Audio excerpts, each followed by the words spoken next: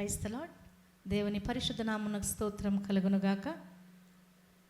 గత వారం మనము చర్చించుకున్న మాట లేకపోతే మనం ధ్యానించిన అంశము యెహోషాపాతు మరి దేవునికి ఏ రీతిగా లోబడి ప్రతి విషయంలో దేవునిపై ఎలా ఆధారపడ్డాడు, ఎటువంటి జీవితం కలిగి ఉన్నాడు అన్న విషయాలను మనము గత వారంలో నేర్చుకున్నాము. మరి దాన్ని కంటిన్యూషను ఈ వారంలో చూసుకుందాము. యెహోషాపాతు గురించి మనం తెలుసుకున్న రీతిగా యెహోషాపాతు ఇశ్రాయేలు రాజ్యాన్ని ఇంకా యోధా రాజ్యాన్ని రెండు రాజ్యాలుగా అప్పుడు ఆ రాజ్యము విభాగింపబడింది. సొలొమోను కుమారుడైన రెహబాము తర్వాత మరి రెండు రాజ్యాలుగా విభజింపబడినప్పుడు ఒక రాజ్యము ఇశ్రాయేలు, ఒక భాగము ఇశ్రాయేలు రాజ్యముగా, మరి చిన్న భాగము యోధా రాజ్యముగా ఏర్పరచడం జరిగింది. అయితే యోధా రాజ్యాన్ని పరిపాలించిన 4వ రాజు యెహోషాపాతు తండ్రి ఆషా. అయితే యెహోషాపాతు 35వ సంవత్సరంలో సింహాసనమును అధిష్ఠించి మరి 25 సంవత్సరాలు యోధా ప్రజలను పరిపాలించినట్లుగా, మరి తన 60వ సంవత్సరంలో మృతి పొందినట్లుగా మనము పరిశుద్ధ గ్రంథంలో చూస్తున్నాము. అయితే పరిశుద్ధ గ్రంథంలో ఒక ముగ్గురు రాజుల గురించి, ముఖ్యంగా యోధా రాజ్యాన్ని పరిపాలించిన ముగ్గురు రాజుల గురించి చాలా వివరంగా రాయడం జరిగింది పరిశుద్ధ గ్రంథము. మనం చూసుకున్నట్లయితే హిజ్కియా, అలాగే యోషియా, ఇంకోటి యెహోషాపాతు. ఎందుకంటే వీళ్ళ గురించి కొంచెం ఎక్కువ ప్రస్తావన మనము పరిశుద్ధ గ్రంథంలో చూస్తాము. ఈ యెహోషాపాతు రాజు గురించి దగ్గర పరిశుద్ధ గ్రంథంలో 5 అధ్యాయాల్లో మనం చూస్తాము. ఒకటి 2వ రాజుల గ్రంథము 22వ అధ్యాయంలో చూస్తాము. ఇంకా దినవృత్తాంతంలో 2వ గ్రంథము 17, 18, 19, 20 అధ్యాయాల్లో మనము ఆ రాజు గురించి చూస్తాం. అయితే ఈ యెహోషాపాతు రాజు మంచివాడు, యథార్థవంతుడు, దేవుని మీద ఆనుకున్నవాడు, ప్రతి విషయంలో దేవుని యొక్క మరి సహాయం కోరుకునేవాడు, దేవునికి ప్రార్థన చేయకుండా ఏ పని చేసేవాడు కాదు. ఎక్కడైనా యుద్ధానికి వెళ్ళాలన్నా కూడా మరి ప్రార్థన సహాయంతో ముందుకు వెళ్ళేవాడు. అయితే ఈ రాజు మరి ఏ విషయంలో మరి తను సమస్యలను కొని తెచ్చుకున్నాడు, లేక ఏ విషయంలో మరి తనకున్న ఒక చిన్న బలహీనత ఆ రాజును మరి ఒక పెద్ద ప్రమాదంలో పడడానికి మరి ఆస్కారం ఏర్పడింది అనేది మనం ఈరోజు తెలుసుకుందాము. కొన్నిసార్లు మన జీవితంలో చిన్నదే కదా అని అనుకుంటాం, కానీ ఆ చిన్న విషయమే మనల్ని చాలా పెద్ద నష్టాన్ని కొని తెచ్చుకునేదిగా, లేదంటే పెద్ద నష్టాన్ని మనం చవి చూసేదిగా మనకి మన జీవితంలో ఏర్పడుతూ ఉంటుంది. దాన్నే చాలాసార్లు ఏమంటామంటే కాంప్రమైజ్ అంటాం. కాంప్రమైజ్ అంటే కొన్ని విషయాల్లో మనం రాజీ పడిపోతూ ఉంటాం. A.W. టోజర్ అనే ఒక బైబిల్ స్కాలర్, 20వ శతాబ్దంలో మంచి బైబిల్ స్కాలర్ అయిన ఒక మాట చెప్పారు. ఏమనంటే, a compromise Christian no better than a non Christian. రాజీ పడినటువంటి క్రైస్తవుడికి క్రైస్తవేతరుడికి తేడా లేదన్నాడు. ఎందుకంటే వాడు తప్పు చేస్తాడు, వీడు తప్పు చేస్తాడు. వాడు అబద్ధమాడతాడు, మరి క్రైస్తవేతరుడు అబద్ధమాడతాడు, మరి కాంప్రమైజ్ క్రిస్టియన్ కూడా అబద్ధమాడతాడు. వాడు మోసం చేస్తాడు, వీడు మోసం చేస్తాడు. మన దృష్టిలో చిన్నది పెద్దది అన్న తప్పు ఉండొచ్చు, కానీ దేవుని దృష్టిలో మాత్రం చిన్నది పెద్దదన్న తప్పు ఏది ఉండదు. ఏదైనా తప్పే. ప్రతి దాన్ని కూడా ఒకే జాగాలో ఆయన పెడుతూ ఉంటాడు. ఒకసారి గమనించండి, ఫెయిల్ అన్న లిస్టులో, లేక ఫెయిల్ లిస్టులో 3 మార్కులు వచ్చినా ఫెయిల్ అయినట్టే, 23 మార్కులు వచ్చినా ఫెయిల్ అయినట్టే, 34 మార్కులు వచ్చినా ఫెయిల్ అయినట్టే. 34 నుంచి 0 వరకు కూడా ఏ నెంబర్ వచ్చినా కానీ అది ఫెయిల్ లిస్ట్లో ఫెయిల్ అయినట్టే. కాబట్టి తప్పే. రాజీ పడ్డాన్ని మనం ఏమనుకుంటామంటే ఒక ఫన్గా అనుకుంటాం, లేదంటే అది ఒక పెద్ద పాపం కాదనుకుంటాం. అయితే ప్రతి వ్యక్తికి కూడా కొన్ని పాజిటివ్ స్ట్రెంగ్త్స్ ఉంటాయన్నమాట. తనకు కొన్ని శక్తి సామర్థ్యాలు ఉంటాయి ప్రతి వ్యక్తికి కూడా. అలాగే ఎంత శక్తి సామర్థ్యం ఉన్నప్పటికీ కూడా కొన్ని బలహీనతలు కూడా ఉంటాయి. నువ్వెంత శక్తివంతుడు అయినా కూడా నీలో ఉన్న చిన్న బలహీనత ఉందో చూసావా, నువ్వు ఫస్ట్ అడ్రస్ చేయవలసింది ఆ చిన్న వీక్నెస్నే కానీ ఆ పెద్ద శక్తిని కాదు, లేకపోతే నీలో ఉన్న పెద్ద సామర్థ్యాన్ని కాదు. ఒకవేళ నువ్వు ఆ చిన్న వీక్నెస్తో పోరాడుతూ ఉంటే నువ్వు కంపల్సరీ అడ్రస్ చేయవలసింది నీలో ఉన్న శక్తిని కాదు కానీ ఆ చిన్న వీక్నెస్నే. ఎందుకంటే చాలామంది అనుకుంటారు నేను శక్తిమంతుడును బలవంతుడును కానీ అనుకుంటాం, కానీ చాలా ఈజీగా పాపంలో పడిపోతూ ఉంటారు, లేదంటే దాన్ని చాలా ఈజీగా తీసుకుంటాం. ఇక్కడ యెహోషాపాతు కూడా ఒక చిన్న విషయంలో తప్పిపోయాడు, చిన్న విషయంలో రాజీ పడ్డాడు, పెద్ద నష్టాన్ని కొని తెచ్చుకున్నాడు అనమాట. కాంప్రమైజ్. అయితే ఒకసారి మనం చదువుదాం, యెహోషాపాతు ఏ విషయంలో మరి ఏ రీతిగా తను ఎక్కడ రాంగ్ స్టెప్ వేశాడో మనం చూద్దాం. యెహోషాపాతు గురించి 2వ దినవృత్తాంతముల గ్రంథము 17వ అధ్యాయము 3వ వచనము నుంచి చదువుదాము. యెహోవా అతనికి సహాయుడై ఉండగా యెహోషాపాతు తన తండ్రి అయిన దావీదు ప్రారంభ దినములలో నడిచిన మార్గమందు నడుచుచు బయలు దేవతను ఆశ్రయింపక తన తండ్రి దేవుని ఆశ్రయించుచు ఇశ్రాయేలు వారి చర్యలను వెంబడింపగా ఆయన ఆజ్ఞలను అనుసరించి నడిచెను. కాబట్టి యెహోవా అతని చేత రాజ్యమును స్థిరపరచెను. యూదా వారందరూ యెహోషాపాతునకు పన్నిచ్చుచుండిరి. అతనికి ఐశ్వర్యమును ఘనతయు మెండుగా కలిగెను. యెహోవా మార్గముల యందు నడుచుకొనుటకు అతడు తన మనస్సును దృఢపరుచుకుని వాడై ఉన్నత స్థలములను దేవతా స్తంభములను యూదాలో నుండి తీసివేసెను.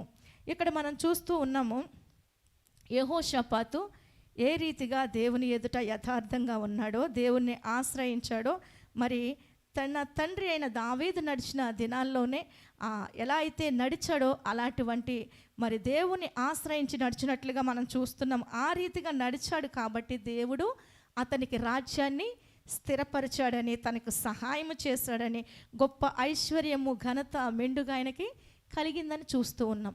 మన జీవితంలో కూడా చాలాసార్లు మనము ఎట్లా అంటే క్రైస్తవులమైన మనం చక్కగా పాటలు పాడతాం. నీకు ఒకవేళ వాయిద్యములు వాయించే తలాంతును దేవుడిస్తే చాలా బాగా వాయిద్యములు వాయిస్తావు, చక్కగా ప్రార్థన చేస్తాం. అన్నీ చేసినప్పటికీ కూడా మనలో కూడా ఏదో ఒక చోట మనం కాంప్రమైజ్ అయిపోతున్నాం. మనం వెళ్తున్న ఆ పరిస్థితులు నిన్ను కాంప్రమైజ్ అవ్వడానికి మరి పురుకొల్పుతున్నాయి. చిన్న విషయాల్లో మనం రాజీ పడడం వల్ల అదేం చేస్తుందంటే ఒక పెద్ద సమస్యకి దారి తీస్తుంది.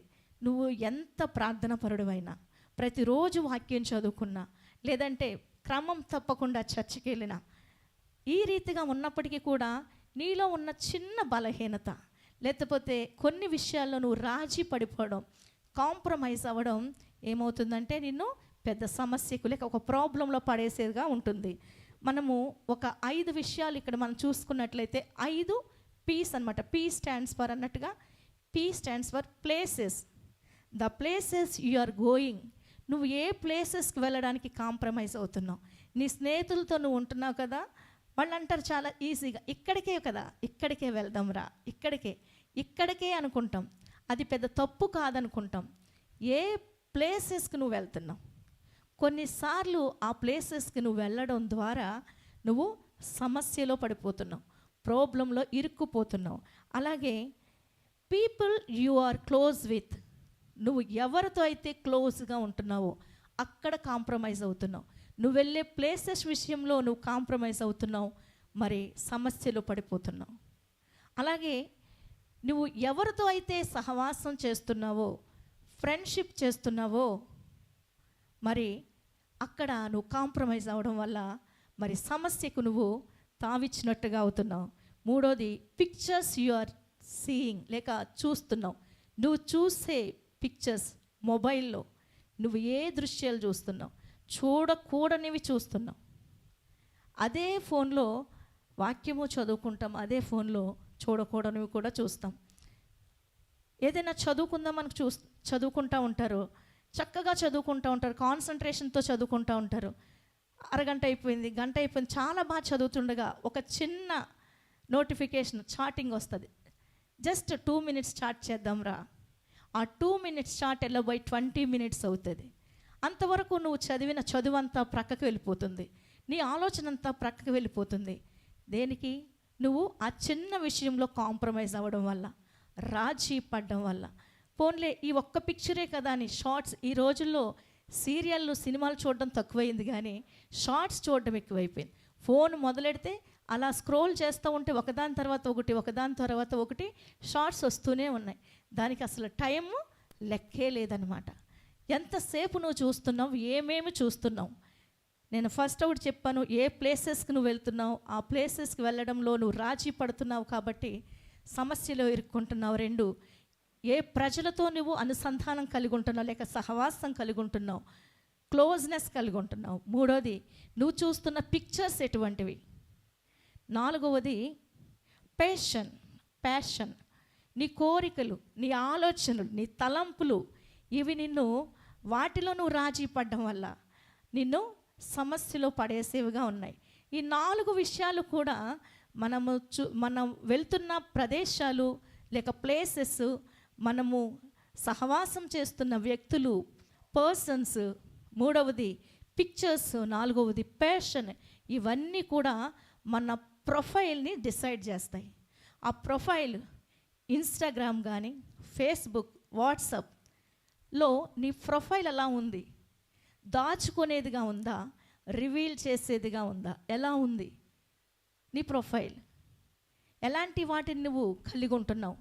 ఇవన్నీ కూడా మన యొక్క వ్యక్తిగత జీవితం మీద ప్రభావం చూపుతూ ఉంటాయి అన్నమాట. ఏ విషయంలో మనము కాంప్రమైజ్ అవుతున్నాము అని చిన్నదిగానే కనబడుతుంది. కాంప్రమైజ్ స్టార్ట్స్ వెరీ క్యాజువల్, అసలు అది తప్పుగానే అనిపించదు, ఫన్ అనిపిస్తుంది, సరదాగా అనిపిస్తుంది. పర్వాలేదు, చిన్నదే కదా, పర్వాలేదు అనుకుంటాం. కానీ అది పెద్ద పాపంలో పడవేస్తుంది. చూడండి, ఒక పెద్ద చేపను పట్టడానికి చిన్న ఎరేస్తారు. ఎర చిన్నది, పడే చేప పెద్దది. బలమైన సింహాన్ని పట్టుకోవడానికి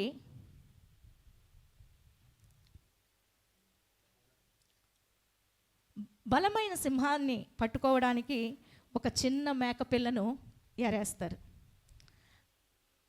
పెద్ద టైటానిక్ పడవ బ్రద్దలైపోవడానికి కారణం ఏంటంటే, ఆ టైటానిక్ పడవ తయారీలో కట్టేటప్పుడు లేక నిర్మించేటప్పుడు ఉపయోగించిన ఒక మెటల్, ఆ పర్టిక్యులర్ ప్లేస్లో ఒక రాంగ్ మెటల్ ఉపయోగించడం వల్ల ఆ టైటానిక్ షిప్ ఏం చేసిందంటే ఆ ఐస్బర్గ్ని ఢీకొని అది బ్రద్దలైపోయింది. ఐస్బర్గ్ని లేక ఐస్ కొండను ఢీకొనడం వల్ల టైటానిక్ పడవ బ్రద్దలైపోలేదు. ఆ ఉపయోగించిన ఆ రాంగ్ మెటల్ వల్ల టైటానిక్ పడవ బ్లాస్ట్ అయింది. ఎక్కడైతే ఆ రాంగ్ మెటల్ ఉపయోగించబడిందో అక్కడే అది పగిలిపోవడం జరిగింది. కాబట్టి సంసోన్ని మనం చూసినట్లయితే బాగా శక్తిమంతుడు, బలశాలి. కానీ ఒక చిన్న బలహీనత సంసోన్ని పడగొట్టేసింది. కాబట్టి ఈ కాంప్రమైజ్ స్టార్ట్స్ వెరీ క్యాజువల్, చిన్నదే కానీ ఎట్లా అంటే పెద్ద మనిషిని పడవేసేదిగా ఉంటుంది. యెహోషాపాతు ఎక్కడ మరి కాంప్రమైజ్ అయ్యాడో మనం చూద్దాము. దినవృత్తాంతములు 2వ గ్రంథము 17వ అధ్యాయము 1-2 వచనాలు మనం చూసుకున్నట్లయితే, తరువాత అతనికి బదులుగా అతని కుమారుడైన యెహోషాపాతు రాజై ఇశ్రాయేలు తన మీదికి రాకుండా తన రాజ్యమును బలపరుచుకొనెను. అతడు యూదా దేశంలోను ప్రాకారపురములన్నిటి యందును సైన్యములను ఉంచి యూదా దేశమందును తన తండ్రి అయిన ఆసా పట్టుకొనిన ఎఫ్రాయిము పట్టణముల యందును కావలి బలములను ఉంచెను. ఇక్కడ యెహోషాపాతు రాజు తన రాజ్యాన్ని ఎలా బలపరుచుకున్నాడో, ప్రక్కనున్న ఇశ్రాయేలు రాజు తన మీదికి రాకుండా తన రాజ్యాన్ని బలపరుచుకున్నాడు అని మనం చూస్తున్నాము. అలాగే ఇంకా తన సైన్యం గురించి మనం చూసినట్లయితే ఈ 17వ అధ్యాయము 17వ వచనం నుంచి మనం చూద్దాము. బెన్యామీనీలలో ఎల్యాదా అను పరాక్రమశాలి ఉండెను.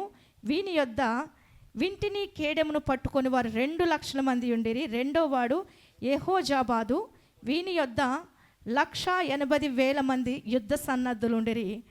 19వ వచనంలో రాజు యోధా మందంతటా ఉండు ప్రాకారపురములలో ఉంచిన వారు గాక వీరు రాజు యొక్క పరివారంలో చేరిన వారై ఉండిరి. ఇక్కడ యెహోషాపాతు రాజ్యము గొప్ప సైన్యాన్ని కలిగి ఉన్నది అని మనం చూస్తున్నాం. ఎలాగంటే ఏ రాజు తన మీదకి దండెత్తొచ్చినా తను అవలీలగా జయించవచ్చు.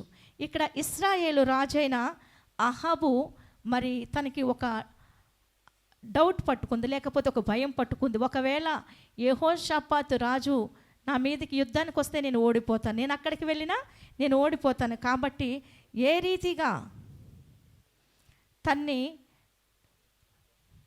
నాతో స్నేహం కలుపుకోవాలని ఈ అహాబు రాజు ఆలోచన చేశాడు.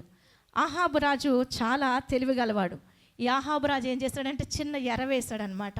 అహాబు రాజు యెహోషాపాతుని తనతో స్నేహం కలుపుకోవడానికి తను ఏం చేశాడంటే ఆ విషయం మనం చూద్దాం. 18వ అధ్యాయము దినవృత్తాంతంలో 2వ గ్రంథము 18వ అధ్యాయంలో చూసినట్లయితే, తనకు కలిగిన ఐశ్వర్యమును ఘనతయు అధికముగా కలిగిన తరువాత యెహోషాపాతు అహాబుతో వియ్యమంది.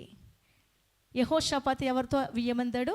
అహాబు రాజుతో. ఈ అహాబు రాజు దుర్మార్గుడైన రాజు, యెహోవాను విసర్జించినవాడు, ఇంకా విగ్రహాలను, భయంకరమైన విగ్రహాలను తన భార్య అయిన యెజబెలుతో కలిసి ఆ ఇశ్రాయేలు రాజ్యంలో మరి పెట్టినవాడు. అంతేకాకుండా విగ్రహాలకి మనుషులను బలిచ్చేవాడు. చాలా దుర్మార్గుడైన రాజు అనమాట.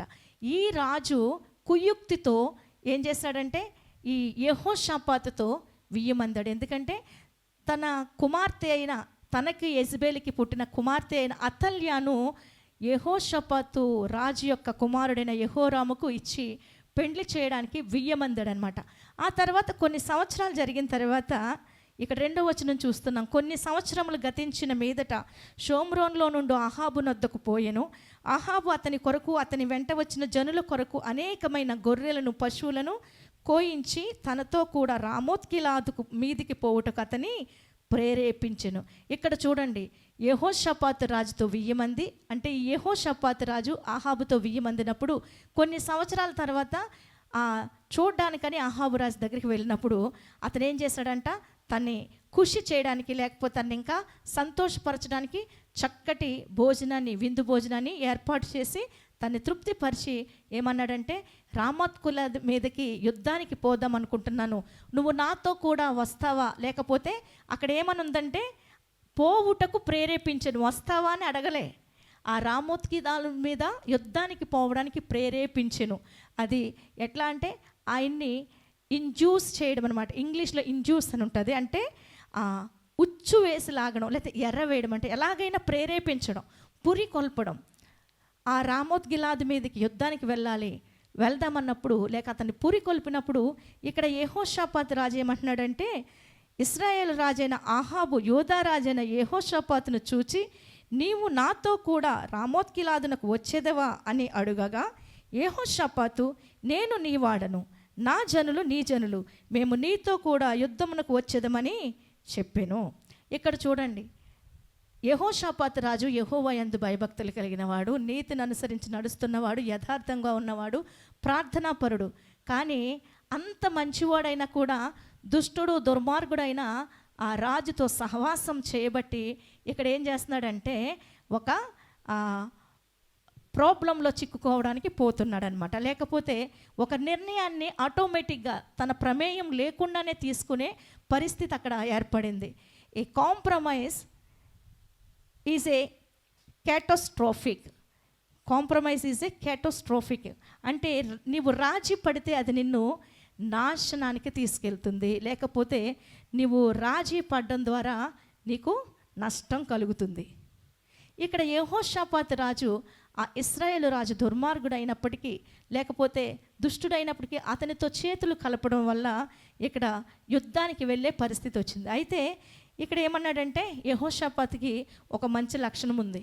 సరే మనం యుద్ధానికి వెళ్దాము, అయితే ఈ యుద్ధానికి వెళ్ళేటప్పుడు ఇక్కడ ప్రవక్తలు ఎవరైనా ఉంటే, దేవుని ప్రవక్తలు ఉంటే, మరి దేవుడు ఏం సెలవిస్తున్నాడో మరొకసారి మనం కనిపెట్టి తెలుసుకుందాం అన్నప్పుడు వెంటనే ఈ అహాబు రాజు అంటున్నాడు, నా దగ్గర 400 మంది ప్రవక్తలు ఉన్నారు, వాళ్ళు వాళ్ళని పిలిపిస్తానని 400 మంది ప్రవక్తలను పిలిపిస్తే వాళ్ళందరూ, రాజా నువ్వు చిరంజీవి, నువ్వు వెళ్తే యుద్ధంలో నువ్వు గెలుపొందుతావు, నీకు తిరగనదే లేదని వాళ్ళు ఇంకా చాలా గొప్పగా ఆ రాజుని పొగడ్డం మొదలెట్టారు.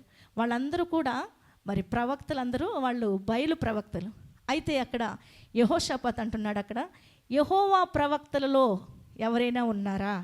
వీళ్ళు కాకుండా యెహోవా ప్రవక్తల్లో ఎవరైనా ఉన్నారని అడిగినప్పుడు అహాబు చెప్తున్నాడు, ఒకడున్నాడు, ఇమ్లా కుమారుడైన మీకాయా అనే ఒకడున్నాడు, కానీ వాడు ఎప్పుడూ నాకు విరోధంగానే ప్రవచిస్తాడు, నెగిటివ్గా మాట్లాడతాడు, ఎప్పుడూ కూడా నాకు ఒక్క మంచి మాట కూడా ప్రవచించడంటేనే.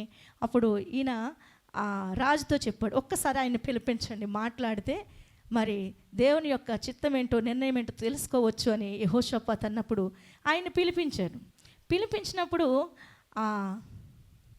పిలిపించేటప్పుడు కూడా ఎవరైతే పిలవడానికి వెళ్ళారో అతను ముందే హెచ్చరిస్తాడు, ఏమనంటే అక్కడ 400 మంది ప్రవక్తలు ఉన్నారు, వాళ్ళందరూ కూడా రాజుకి పాజిటివ్గానే ప్రవచించారు, పాజిటివ్గానే చెప్పారు, నువ్వు కూడా పాజిటివ్గా చెప్పన్నప్పుడు అక్కడ మాట అంటాడు మీకాయా, దేవుడు నా నోట ఏది పలికిస్తాడో అదే నేను పలుకుతాను, నేను చెప్తానని చెప్పి వచ్చినప్పుడు రాజు, మేము ఆ యుద్ధం దగ్గరికి వెళ్తే మాకు విజయం వస్తుందా, మేము వెళ్ళొచ్చా అని అడిగినప్పుడు మీకాయా ఏం చెప్తాడంటే, వెళ్ళండి, మీరు యుద్ధంలో గెలుస్తారు, కానీ అహాబు రాజు చనిపోతాడని చెప్తాడు.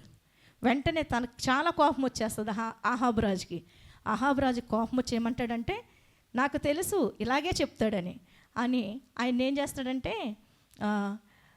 నేను వచ్చేదాకా కూడా, నేను యుద్ధంలో గెలిచి వచ్చేదాకా కూడా ఈయన్ని చెరసాల్లో వేసి ఉంచండి, బంధించి ఉంచండి అన్నప్పుడు వెంటనే ప్రవక్త అంటాడు, నువ్వు మాత్రం చనిపోతావు, యుద్ధం గెలుస్తారు కానీ రాజు చనిపోతాడు అని చెప్తారు. అయితే ఈ అహాబు రాజు చూడండి చాలా తెలివైనడు. అక్కడ యెహోషాపాతు ఏం చెప్తాడంటే, నువ్వు నా వేషం వేసుకో, రాజు వేషం నువ్వు వేసుకో, నా బట్టలు నువ్వు వేసుకో, నేను ఒక సామాన్యుని వలె నేను యుద్ధానికి వస్తాను అన్నాడు. పాపం ఈ యెహోషాపాతు ప్రతిదానికి తలూపుతూనే ఉన్నాడు. నిజంగా నువ్వు ఎవరితో ఫ్రెండ్షిప్ చేస్తున్నావు, నువ్వెవరితో కలిసి ఉంటున్నావు? ఒక బిలీవర్కి ఒక అన్బిలీవర్ ఎలా బెస్ట్ ఫ్రెండ్ అవుతాడు? బెస్ట్ ఫ్రెండ్స్కి వేరు వేరే ఆలోచనలు ఉండవు, వేరు వేరు కోరికలు ఉండవు, 2 రకాలైనటువంటి అలవాట్లు ఉండవు, 2 రకాలైనటువంటి మార్గాలు ఉండవు, ఇద్దరిది ఒకటే మనసు ఉంటుంది. అయితే ఇక్కడ మాయా మర్మం లేకుండా ప్రతిదానికి యెహోషాపాతు ఓకే అంటున్నాడు.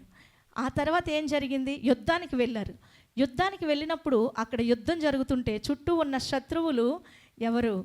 ఆల్రెడీ మారువేషంలో ఉన్న యెహోషాపాతుని అతనే ఇశ్రాయేల్ రాజు అనుకుని అతని మీద బాణాలు ఎక్కుపెట్టి వేస్తున్నారు. ఆయన చుట్టుముట్టినప్పుడు ఆ సమయంలో వెంటనే యెహోషాపాతు రాజు, నేను రాజును కాదు, నేను యెహోషాపాతుని అన్నప్పుడు వెంటనే వాళ్ళు ఆయన్ని విడిచిపెట్టేశారు. అక్కడ ఆయన భక్తి కాదు అతన్ని కాపాడింది, దేవుడు కాపాడాడు. ఒకసారి ఆ విషయం కూడా మనం చదువుదాం, బైబిల్లో మనం చదువుదాం.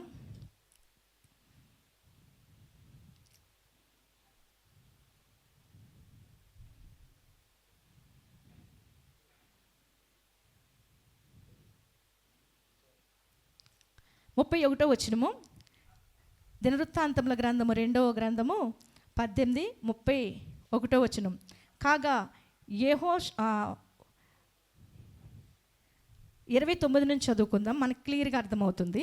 ఇశ్రాయేలు రాజు, నేను మారు వేషము వేసుకుని యుద్ధమునకు పోవుదును, నీవు నీ వస్త్రములనే ధరించుకొనుమని యెహోషాపాతుతో చెప్పి తాను మారు వేషము వేసుకొనెను. తరువాత వారు యుద్ధమునకు పోయిరి.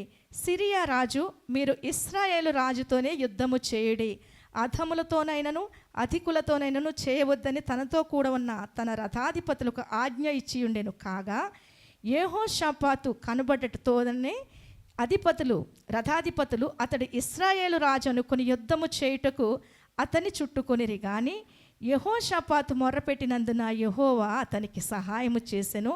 దేవుడు అతని యొద్ద నుండి వారి తొలగిపోవునట్లు చేసెను.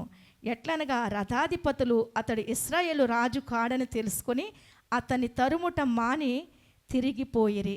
చూసారా, కాంప్రమైజ్ అయ్యాడు, వెళ్ళకూడని చోటకు వెళ్ళాడు, మరి కలవకూడని వ్యక్తితో తను వియ్యమందడమే కాదు అతనితో పాటు యుద్ధానికి వెళ్దామని అనుకున్నాడు. వెళ్ళి ఎలా వెళ్ళాడు? తన రాజు స్థానంలో వెళ్ళాడు. అయితే తెలివైన ఆహాబు మారువేషం వేసుకుని వెళ్ళాడు. అక్కడ సిచ్యుయేషన్ ఎలా వచ్చిందంటే, శత్రువులు ఈయనే రాజు అనుకు నేను చంపివేసే సిచ్యుయేషన్ వచ్చినప్పుడు దేవునికి మొరపెట్టినప్పుడు దేవుడు కనికరపడి, యెహోషాపాతుని కనికరపడి దేవుడు సహాయం చేయబట్టి అతను శత్రువుల చేతి నుండి తప్పింపబడ్డాడు. ఆ తర్వాత జరిగిన సంగతి ఏంటంటే, అప్పుడు ఒకడు గురి చూడకయే తన వింటిని ఎక్కుబట్టి ఇశ్రాయేలు రాజు అతని కవచపు బండల సందున కొట్టగా, అతడు నాకు గాయము తగిలినది, నీ చెయ్యి త్రిప్పి దండలో నుండి నన్ను కొనిపొమ్మని తన సారిదితో అనెను. ఆ దినమున యుద్ధము ప్రబలమాయెను. అయినను ఇశ్రాయేలు రాజు అస్తమయము వరకు సిరియనులకు ఎదురుగా తన హృదయమునందు నిలిచెను. ప్రొద్దు గ్రుంకు వేళ అతడు చనిపోయెను. ప్రవక్త చెప్పినట్లుగా అక్కడ యుద్ధములో ఇశ్రాయేలు రాజు చనిపోయాడు. ఎవరో తెలియకుండానే గురిపెట్టి కొట్టిన బాణము తగిలి అతను చనిపోయాడు. కాబట్టి ఇక్కడ ఏంటంటే, యెహోషాపాతు రాజీ పడ్డం వల్ల, చిన్నదే కదా పర్వాలేదులే, వియ్యమందడం వల్ల ఏమవుతుంది, లేకపోతే స్నేహం వల్ల ఏమవుతుందని ఆ చిన్న విషయంలో రాజీ పడ్డం వల్ల ఏమైందంటే, మరి చాలా పెద్ద ప్రమాదానికి తను మరి ప్రమాదపు అంచుల దాకా వెళ్ళిపోయాడు. కాబట్టి నువ్వు ఎవరితో స్నేహం చేస్తున్నావు, ఎవరితో ఏ విషయంలో నువ్వు రాజీ పడుతున్నావు, నువ్వు గనుక విశ్వాసివైతే నీ ఫ్రెండ్ కూడా నీ బెస్ట్ ఫ్రెండ్ విశ్వాస అయ్యి ఉండాలి. అలా అంటే ఎవరు ఫ్రెండ్స్ ఉండకూడదు, హిందూస్ ఫ్రెండ్స్ ఉండకూడదు, ముస్లిమ్స్ ఫ్రెండ్స్ ఉండకూడదు అంటే వాళ్ళు ఉండాలి. వాళ్ళు కేవలం ఫ్రెండ్సే, హిందూస్ ఫ్రెండ్స్, ముస్లిమ్స్ ఫ్రెండ్, కానీ క్లోజ్ ఫ్రెండ్స్ కాదు, బెస్ట్ ఫ్రెండ్స్ కాదు. బెస్ట్ ఫ్రెండ్స్ ఎలాగంటే నీ మనసు ఎరిగిన వాళ్ళు, నీ హృదయం ఎరిగిన వాళ్ళు, నీ ఆలోచన ఎరిగిన వాళ్ళు నువ్వు ఎలాంటి వాడో తెలిసినప్పుడు నిన్ను పాపం చేయడానికి కానీ తప్పు చేయడానికి కానీ వాళ్ళు ప్రేరేపించరు. కాబట్టి మనము ఒక మాట చదువుకుందాం. కొరింథీలకు రాసిన 2వ పత్రిక 6వ అధ్యాయము 14 నుంచి 16 వచనాలు చూసుకుందాం. కొరింథీలకు రాసిన 2వ పత్రిక 6వ అధ్యాయము 14 నుంచి చదువుదాం. చాలా వరకు ఈ భాగాన్ని పెండ్లి సంబంధాల్లో ఉపయోగిస్తూ ఉంటారు. మీరు అవిశ్వాసులతో జోడుగా ఉండకుడి, నీతికి దుర్నీతితో ఏమి సాంగత్యము, వెలుగునకు చీకటితో ఏమి పొత్తు, క్రీస్తునకు బెలియాలుతో ఏమి సంబంధము, విశ్వాసికి పాలెక్కడిది, దేవుని ఆలయమునకు విగ్రహములతో ఏమి పొందిక. ఇక్కడ మనం చూసినట్లయితే అవిశ్వాసులతో జోడుగా ఉండకూడదు. జోడు అంటే యోక్. ఈ మాట అగ్రికల్చర్లో ఉపయోగిస్తారు. పొలం దున్నడానికి 2 ఎద్దులను పెట్టి పొలం దున్నుతూ ఉంటారు. ఆ జోడెద్దులు అంటారు, కాడెద్దులు అంటారు. ఆ 2 ఎద్దులు అయితేనే ఆ పొలము దున్నడానికి ఉపయోగపడతాయి, సేద్యము సజావుగా సాగుతుంది. ఒకవేళ ఆ ఎద్దుకి ఈ గాడిదను మరి దేన్నైనా జత చేస్తే అది సరిగా సాగదు. అలాగే నీతికి దుర్నీతితో ఏమి సాంగత్యం అంటే పార్ట్నర్షిప్. ఇది మోస్ట్లీ మనం బిజినెస్ డీల్స్లో చూస్తూ ఉంటాం. ఆ తర్వాత వెలుగుకు చీకటికి ఏమి పొత్తు అంటే ఫెలోషిప్, ఫ్రెండ్షిప్. నీవెవరితో ఫ్రెండ్షిప్ కలిగి ఉంటున్నావు. అలాగే క్రీస్తుకు బెలియాలుకు ఏమి సంబంధం అంటే ఎకార్డ్, హార్మనీ. మ్యూజిక్లో ఈ మాటను ఉపయోగిస్తూ ఉంటారు. అలాగే అవిశ్వాసికి విశ్వాసితో పాలెక్కడి, షేర్ ప్రాపర్టీస్లో ఎక్కువగా ఈ మాట మనం ఉపయోగిస్తూ ఉంటాం. అలాగే దేవుని ఆలయానికి విగ్రహాలతో ఏమి పొందిక, అగ్రిమెంట్. ఈ విషయం పాలిటిక్స్లో ప్రతిదీ కూడా, బిజినెస్లో, ప్రాపర్టీస్లో, పాలిటిక్స్లో ఒక క్లియర్ డిమార్కేషన్ మనము చూస్తూ ఉంటాం అన్నమాట. క్లియర్ డిమార్కేషన్ అనేది ఉంటుంది. మీరు క్లోజ్ అయిపోతే కనుక మీ వాల్యూస్, విలువల్ని పంచుకోవాలి, కానీ పంచుకోలేరు. అందుకే కేర్ఫుల్గా ఉండడం నేర్చుకోవాలి.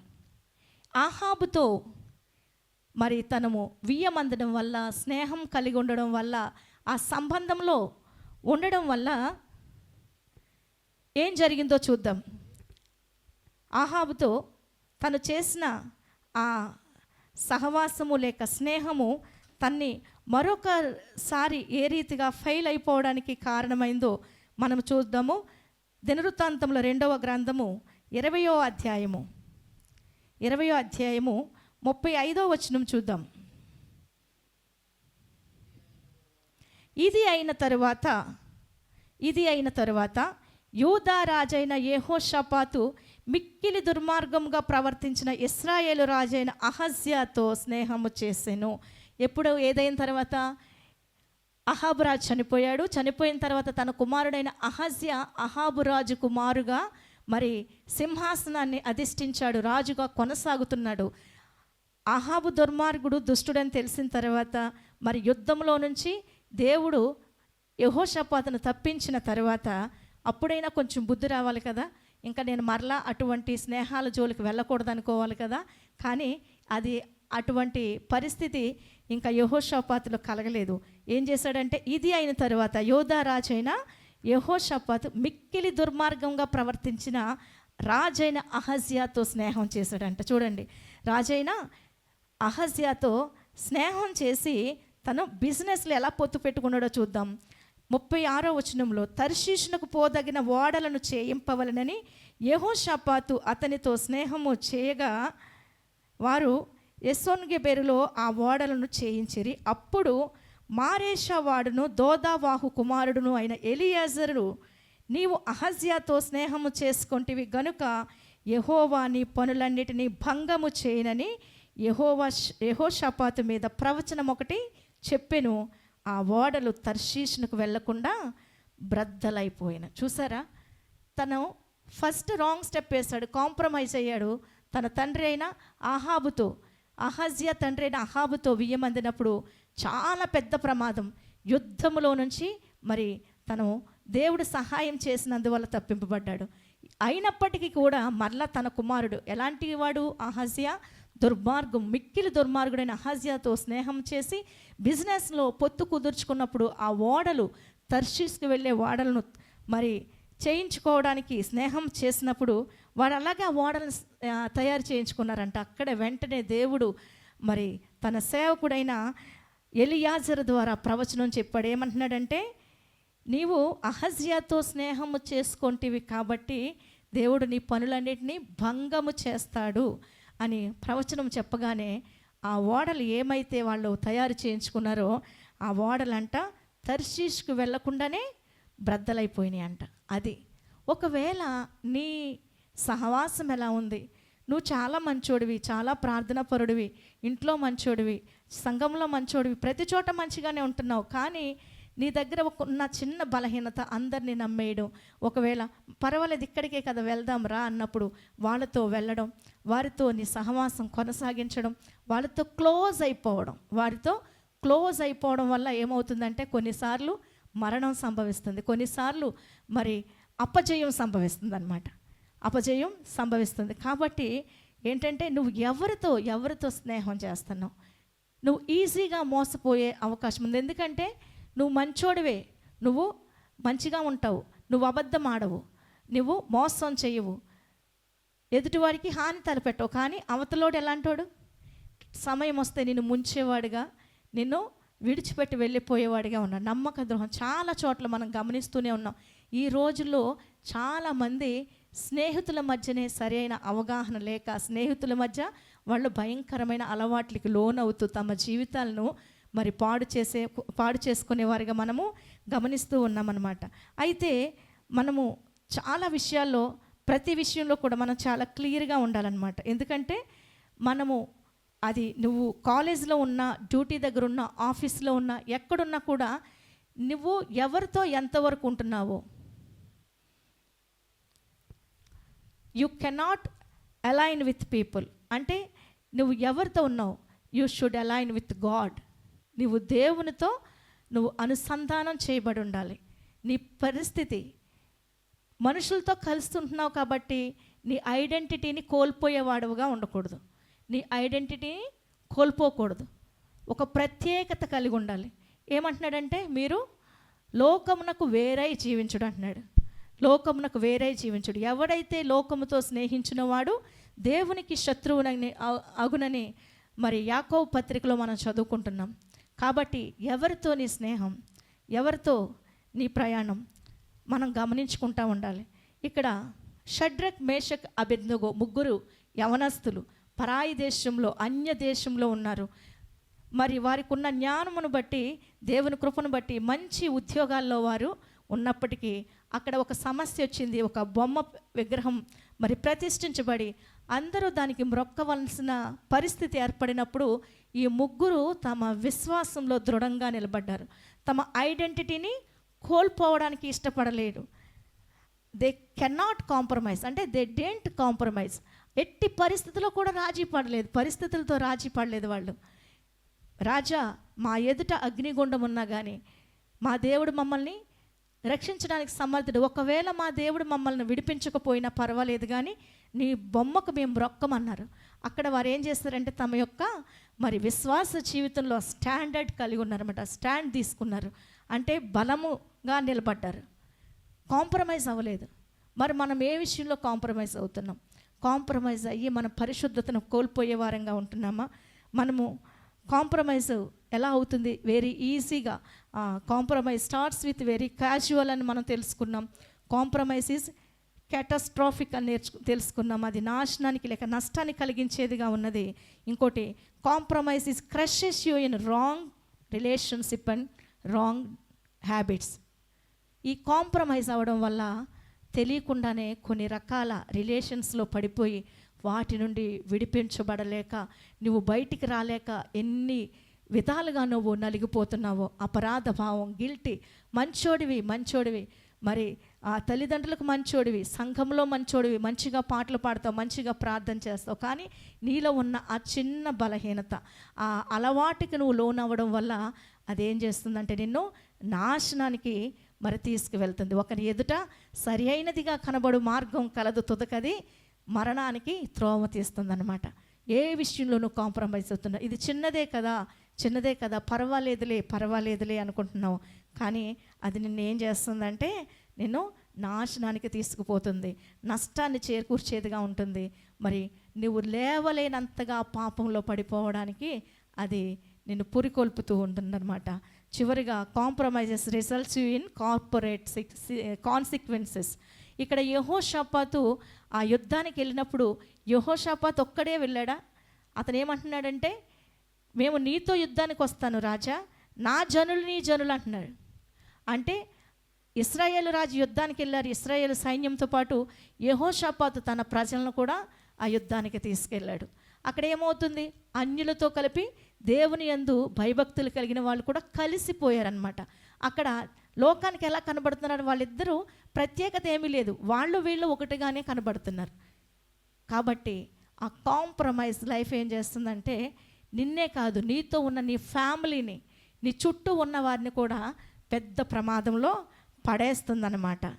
కాబట్టి ఏమైనా అక్కడ నష్టం జరిగినా కష్టం కలిగినా ఇద్దరూ ఫేస్ చేయాలి. మంచోడు చెడ్డోడు ఇద్దరు కూడా ఫేస్ చేయవలసిన పరిస్థితి అన్నమాట. కాబట్టి రాజీ పడితే సాక్ష్యాన్ని కోల్పోతాం, రాజీ పడితే మన యొక్క వ్యక్తిత్వాన్ని కోల్పోతాం.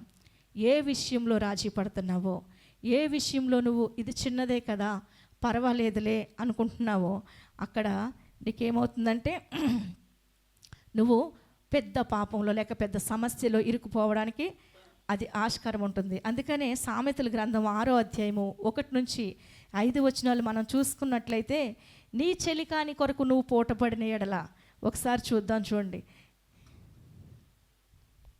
సామెతల గ్రంథము 6వ అధ్యాయము 1 నా కుమారుడా, నీ చెలికాని కొరకు పూటపడిన ఎడల, పరుని చేతిలో నీవు నీ చేయి వేసిన ఎడల, నీ నోటి మాటల వలన నీవు చిక్కుబడి ఉన్నావు, నీ నోటి మాటల వలన పట్టుబడి ఉన్నావు. నా కుమారుడా, నీ చెలికాని చేత చిక్కుపడితివి, నువ్వు త్వరపడి వెళ్ళి విడిచిపెట్టుమని నీ చెలికాని బలవంతము చేయము. ఇలాగు చేసి తప్పించుకొనుము. నీ కన్నులకు నిద్ర అయినను, నీ కనురెప్పలకు కునుకుపాటైనను రానియకము. వేటగాని చేతిలో నుండి లేడి తప్పించుకున్నట్లు, ఎరుకువాని చేతి నుండి పక్షి తప్పించుకున్నట్లు తప్పించుకొనుము. చూసారా, ఇది నువ్వు ఎవరితో పూటపడుతున్నావు? నీ చెలికాడే, నీతో ఉన్నవాడే, నీతో సహవాసం చేసేవాడే, నీతో నడుస్తున్నవాడే, కానీ వానికి నువ్వు మాట ఇచ్చేసావు. వెంటనే వెళ్ళి విడిపించుకో అంటున్నాడు. ఇక్కడ యెహోషాపాతు మాట ఇచ్చాడు, మేము వస్తాము యుద్ధానికి, నేను నీ వాడిని, నా జనులు నీ వారు అన్నారు. వాళ్ళందరూ కూడా ఒక పెద్ద ప్రమాదంలో మరి పడిపోవడానికి ఈ రాజు కారణమయ్యాడనమాట. కాబట్టి కొన్నిసార్లు స్నేహంలో ఏం చేస్తారంటే షూరిటీ సంతకాలు పెట్టేస్తూ ఉంటారు. నిజంగా మాయా మర్మం లేకుండా ఇవతల వీళ్ళు మంచోళ్ళు, మోసం చేయడం వీళ్ళకి తెలియదు కాబట్టి వాళ్ళు షూరిటీ సంతకం పెడతారు. మరి అవతల సంతకం పెట్టించుకున్నవాడు కూడా మంచోడుగా ఉండాలి కదా. 1-2 నెలలు నీకు కనబడతాడు, తర్వాత వాడు ఇంకా నీ లైఫ్లో ఎప్పుడూ కనబడి. ఇలాంటి వాళ్ళని ఎంతోమందిని మనం చూసాం. చివరికి సంవత్సరాలు వీళ్ళు అప్పులు సప్పులు చేసి అవన్నీ వాళ్ళు తీసుకున్న అప్పు వీళ్ళు కట్టే పరిస్థితి. ఏమైంది? నువ్వు నమ్ముకున్నది, లేకపోతే నువ్వు కాంప్రమైజ్ అయింది నిన్ను నష్టాన్ని లేకపోతే కష్టాన్ని నీకు కలిగించేదిగా ఉంది. కాబట్టి నీవెవరితో నువ్వు స్నేహం చేస్తున్నావో తెలుసుకోవాలి. ఎవరితో నువ్వు రాజీ పడుతున్నావు, ఏ విషయంలోనూ రాజీ పడకూడదు. ఒకటి, నువ్వు విశ్వాసివి కాబట్టి ఒక విశ్వాసి మాత్రమే నీకు బెస్ట్ ఫ్రెండ్గా ఉండాలి, క్లోజ్ ఫ్రెండ్గా ఉండాలి. వారితో నీ సహవాసం చేసినప్పుడు ఎట్లా అంటే ఇంకా నువ్వు వర్ధిల్లుతావు, ఇంకా నువ్వు సరిచేయబడతావు, ఇంకా ముందడుగు వేసుకుంటాకి ఉంటుంది. ఇవన్నీ జరిగిన తర్వాత అయితే మనం చూసినట్లయితే ఇక్కడ యెహోషాపాతు జీవితంలో మనం చూసాము. అయితే యెహోషాపాతు చనిపోయిన తర్వాత అతని కుమారుడైన యెహోరాము రాజు అయ్యాడు. యాక్చువల్గా కుమారుడి మీద ఎవరి ఇన్ఫ్లుయెన్స్ ఉండాలండి? తండ్రి ఇన్ఫ్లుయెన్స్ ఉండాలి. కానీ మనం ఇక్కడ చూసినట్లయితే 2వ దినవృత్తాంతముల గ్రంథము 21వ అధ్యాయం మనం చూసినట్లయితే 2వ దినవృత్తాంతముల గ్రంథము 21వ అధ్యాయము మొదటి నుంచి చూసినట్లయితే యెహోషాపాతు తన పితరులతో కూడా నిద్రించి తన పితరుల చెంతను దావీదు పురమందు పాతిబెట్టబడెను. అతని కుమారుడైన యెహోరాము అతనికి బదులుగా రాజాయెను. యెహోషాపాతు ఏం చేశాడండి? యెహోషాపాతు కుమారులైన అజర్యా, యెహీయేలు, జకర్యా, అజర్యా, మికాయేలు, షఫట్యా అని వారు ఇతనికి సహోదరులు. వీరందరూ ఇశ్రాయేలు రాజైన యెహోషాపాతు కుమారులు. అయితే యెహోరాము 4వ వచనంలో చూడండి, యెహోరాము తన తండ్రి రాజ్యమును ఏలనారంభించినప్పుడు తన్ను స్థిరపరచుకొని తన సహోదరులను అందరినీ ఇశ్రాయేలు అధిపతులు కొందరిని హతము చేసెను. ఏకంగా తన సొంత అన్నదమ్ములనే ఈ యెహోరాము చంపేశాడు అన్నట్టుగా మనం చూస్తున్నాము. అంతేకాకుండా ఇతను ఏం చేయాలి? యాక్చువల్గా వాళ్ళ నాన్న నడిచినట్టుగా నడవాలి, కానీ వాళ్ళ నాన్న ఇన్ఫ్లుయెన్స్, యెహోషాపాతు ఇన్ఫ్లుయెన్స్ తన కుమారుడి మీద ఏమాత్రం లేదు. 6వ వచనంలో చూసినట్లయితే అతడు అహాబు కుమార్తెను పెండ్లి చేసుకొని అహాబు సంతతి వారు నడిచిన ప్రకారముగా ఇశ్రాయేలు రాజుల మార్గమందు నడిచెను. అతడు యెహోవా దృష్టికి ప్రతికూలముగా ప్రవర్తించెను. ఇంకా చూసినట్లయితే 11వ వచనంలో అతడు యూదా పర్వతముల యందును బలిపీఠములను కట్టించి యెరూషలేము కాపరస్తులు దేవుని విసర్జించినట్లు చేసెను. యూదా వారిని విగ్రహ పూజకు లోపరిచెను. ఈ రీతిగా ఏం చేశాడంటే యెహోషాపాతు ఏమో ఆ రాజ్యంలో ఉన్న విగ్రహాలన్నింటినీ తీసివేశాడు. అందరూ దేవుని మార్గంలో నడిచినట్లుగా వారికి ఆ ధర్మశాస్త్రంను బోధించడానికి లేవీలను బోధకులను ఉంచాడు. తన కుమారుడైతే ఏం చేశాడు? యెహోషాపాతు చేసిన చిన్న తప్పు వల్ల అతను దుర్మార్గుడు దుష్టుడైన ఇశ్రాయేలు రాజైన అహాబుతో వియ్యమందడం వల్ల తన కుమారుడు కూడా తన తండ్రిని అనుసరించలేదు, కానీ తన మాంగారిని అనుసరించి మరి దుర్మార్గంగా ప్రవర్తించాడు. ఇంకోటి ఏం చేశాడంటే అంతవరకు తీసివేయబడిన విగ్రహాలన్నింటినీ ఇంకా ఎక్కువ విగ్రహాలతో ఆ రాజ్యాన్ని నింపేశాడు. అందుకు శిక్షగా ఏం చేశాడంటే యెహోరాముకి ఒక భయంకరమైన రోగము కలిగి, ఎట్లా అంటే ఇంటెస్టైన్స్ వ్యాధి వచ్చి ఆ ప్రేగులు బయటకు వచ్చేసి దగ్గర 2 సంవత్సరములు ఆ వ్యాధితో బాధపడి చనిపోయాడంటే ఎంత భయంకరమైన మరణాన్ని కొని తెచ్చుకున్నాడు. అయితే ఒకవేళ నువ్వు గనుక ఏ విషయంలోనైనా పాపం కానీ చిన్న తప్పే కదా అని దాన్ని నిర్లక్ష్యం చేసావంటే ఆ యొక్క తప్పు లేకపోతే ఆ రాజీ పడడం ఏమవుతుందంటే నీ కుటుంబంలో నీకున్న వ్యక్తిత్వాన్ని, నీ యొక్క ప్రత్యేకతను కోల్పోయినట్టుగా ఉంటుంది. నువ్వు సరిగా ఉంటే, నీ మార్గదర్శకత్వం సరిగా ఉంటే నీ తర్వాత నీ పిల్లలు, నీ కుటుంబము ఆ అడుగు జాడల్లో వెళ్తుంది అనమాట. నువ్వెక్కడైనా నీలో ఒక చిన్న బలహీనత ఉంటే ఆ బలహీనత నిన్నొక్కడనే నాశనం చేయదు, నిన్నొక్కదాన్నే నాశనం చేయదు, నీ వెనకున్న కుటుంబాన్ని కూడా ఆ బలహీనత ప్రభావం చేస్తుందన్నమాట. కాబట్టి చిన్నదే కదా అని ఏ విషయంలో కాంప్రమైజ్ అవ్వద్దు. యెహోషాపాతు చాలా మంచోడు, యెహోవా యందు భయభక్తులు కలిగినవాడు, ప్రార్థనాపరుడు, ప్రార్థనా సహాయం లేకుండా, దేవుని సహాయం లేకుండా ఏ పని తలపెట్టేవాడు కాదు. మరి నువ్వు కూడా మంచిదానివే, మంచివాడివే, ఎప్పుడు ప్రార్థన చేసుకుంటూ ఉంటావు, పాటలు పాడతావు, మ్యూజిక్ ప్లే చేస్తావు, అన్నీ చేస్తావు. కానీ ఎవరితో నీ స్నేహం? ఎలా ఉంది నీ పరిస్థితి? నువ్వెక్కడ కాంప్రమైజ్ అయిపోతున్నావు? పర్వాలేదులే అని ఉండకూడని చోట్ల నువ్వు నిలబడుతున్నావేమో, మరి మాట్లాడకూడని వారితో మాట్లాడుతున్నావేమో, చూడకూడనివి చూస్తున్నావేమో, మరి ఉండకూడని కోరికలతో మరి నువ్వు ఉంటున్నావేమో. అవన్నీ కూడా నీ వ్యక్తిత్వాన్ని ఏం చేస్తాయి? నీ వ్యక్తిత్వాన్ని మరి మార్చేసేవిగాను, నీ వ్యక్తిత్వం లేకుండా చేసేవిగా ఉంటున్నాయి. దేవుడు నిన్ను తన స్వరక్తం ఇచ్చి కొనుక్కున్నాడు. మరి ఈ చక్కటి జీవితాన్ని, దేవుడిచ్చిన విలువైన జీవితాన్ని నువ్వు సాతానికి అమ్మేసుకుంటున్నావేమో చిన్న కాంప్రమైజ్ వల్ల. మరి నీకున్న రిలేషన్షిప్స్ వల్ల ఎట్లా అంటే అది చిన్న అలవాటే, అది నీకు బయటికి రాలేకపోతున్నావేమో. నీకున్న రిలేషన్లో నుంచి, నీకున్న ఆ అలవాటుకు నువ్వు లోనై బానిసై అలవాటులో నుంచి రాలేకపోతున్నావేమో. దేవుని సహాయాన్ని ఈరోజు కోరు. ఎందుకంటే అక్కడ మరణాపాయం వచ్చినప్పుడు, శత్రువులు చుట్టుముట్టినప్పుడు మరి యెహోషాపాతు వెంటనే మొరపెట్టగానే దేవుడు సహాయం చేశాడు. మరి నువ్వు కూడా నీకున్న బలహీనత వల్ల ఆ అలవాటుకి, ఆ బలహీనతకి నువ్వు రాజీ పడిపోయావేమో, బానిస అయిపోయావేమో. ఆ రిలేషన్షిప్లో ఇంకా కొనసాగుతూ దానిలోంచి బయటికి రాలేక, ఉండలేక కొట్టుమిట్టాడుతున్నావేమో. ఈ సమయంలో దేవుని సన్నిధిలో ప్రార్థన చేద్దాం. నువ్వు ప్రార్థన చేయి, దేవుడు సహాయం చేస్తాడు. ఆ చిన్న బలహీనత నిన్ను, నీ వ్యక్తిత్వాన్ని మరి కూల్ చేస్తుంది, నీ ప్రత్యేకతను పోగొడుతుంది, నీ సాక్ష్యాన్ని నాశనం చేస్తుంది. నువ్వు దేవుని బిడ్డవి, ఎక్కడున్నా కూడా నువ్వు దేవుని బిడ్డవు. నువ్వు స్కూల్లో ఉన్నా, చర్చ్లో ఉన్నా, సండే స్కూల్లో ఉన్నా, మరి కాలేజ్లో ఉన్నా, ఆఫీస్లో ఉన్నా, ఎక్కడున్నా నువ్వు దేవుని బిడ్డవు. ఏంటంటే నీ యొక్క ఐడెంటిటీ, నువ్వు దేవుని బిడ్డవి. అదే నీ ఐడెంటిటీ. దాన్ని నువ్వు కాపాడుకున్నప్పుడు నీకు ఒక ప్రత్యేకత కలిగిన వాడవుగా ఉంటావు, జయ జీవితం కలిగిన వాడవుగా ఉంటావు. కానీ పర్వాలేదు చిన్నదే కదా అనుకుంటే, గొప్ప శక్తిమంతుడు సంసోను చిన్న బలహీనతగా పడిపోయాడు. పెద్ద టైటానిక్ చిన్న ఆ ప్లేస్లో వాడబడిన ఆ రాంగ్ మెటల్ వల్ల అంత గొప్పవాడ, అంత డబ్బులు పెట్టి మరి ఖర్చు పెట్టి చేసిన పగిలిపోయి అనేక మంది చనిపోవడానికి కారణమైంది.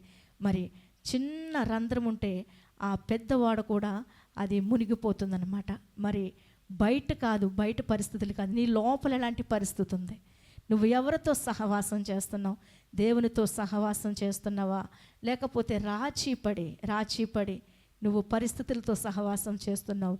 లేదంటే నీ చుట్టూ ఉన్నవారు, నువ్వు విశ్వాసివి కాబట్టి నీ పార్ట్నర్ లేకపోతే నీ కంపెన్ విశ్వాసి అయి ఉండాలి. విశ్వాసి మాత్రమే నీకు బెస్ట్ ఫ్రెండ్గా ఉండాలి. ఎవరితో నీ స్నేహం? యేసయ్యతో నువ్వు స్నేహం చేస్తే నీ పరిస్థితి మారుతుంది. వాక్యం సెలవిస్తుంది, నన్ను ప్రేమించువారు లేక నన్ను ప్రేమించువారు మరి జీవమును కోరుకుంటారు, మరి నన్ను ద్వేషించువారు మరణమును స్నేహించుదురని. మరి దేవుణ్ణి మనం ప్రేమించాలి, దేవునితో మన సహవాసం ఉండాలి, దేవుని పిల్లలతో మన సహవాసం ఉండాలి, విశ్వాసితో మన సహవాసం ఉండాలి. ఎక్కడ ఉంటున్నాము, ఏ ప్రాంతాలకు వెళ్తున్నాము, ఏ విషయంలో ఉంటున్నాము, జాగ్రత్తగా ఉండి మన సాక్ష్యాన్ని కాపాడుకోవాలి, మన ప్రత్యేకతను కాపాడుకోవాలి, దేవునికి ప్రియమైన పిల్లలుగా ఉండాలి. ఆ రీతిగా మనం ఉందాం. దేవుని కృప మనకి తోడైండును గాక. మరి జాషువా గారు మనల్ని ప్రార్థనలో నడిపిస్తారు.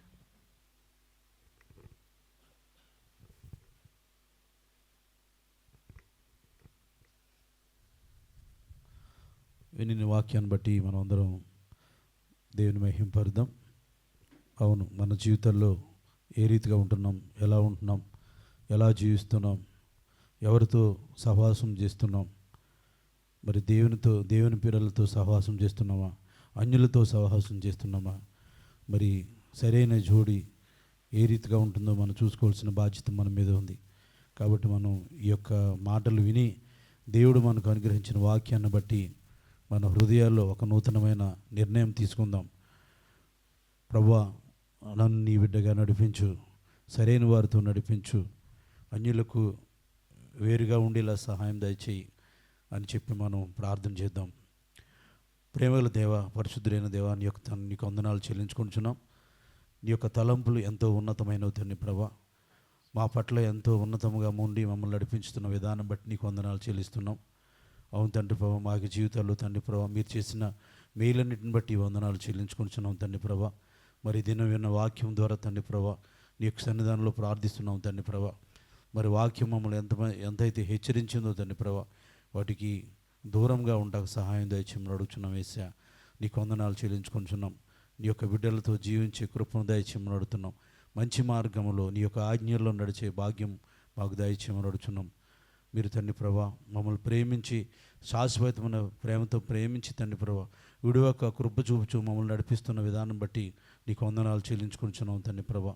ఈ దినం మేము నూతనమైన నిర్ణయం తీసుకుని తండ్రి ప్రభా నీలో అంటుకట్టుబడి జీవించే కృపను మాకు దయచేయమని అడుగుతున్నాం. యేసయ్యా, నీ యొక్క నామానికి వేలాది వందనాలు, స్తోత్రాలు, స్తుతులు చెల్లించుకుంటున్నాం తండ్రి ప్రభా.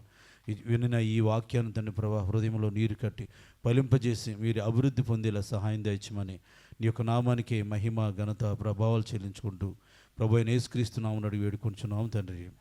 ఆమేన్.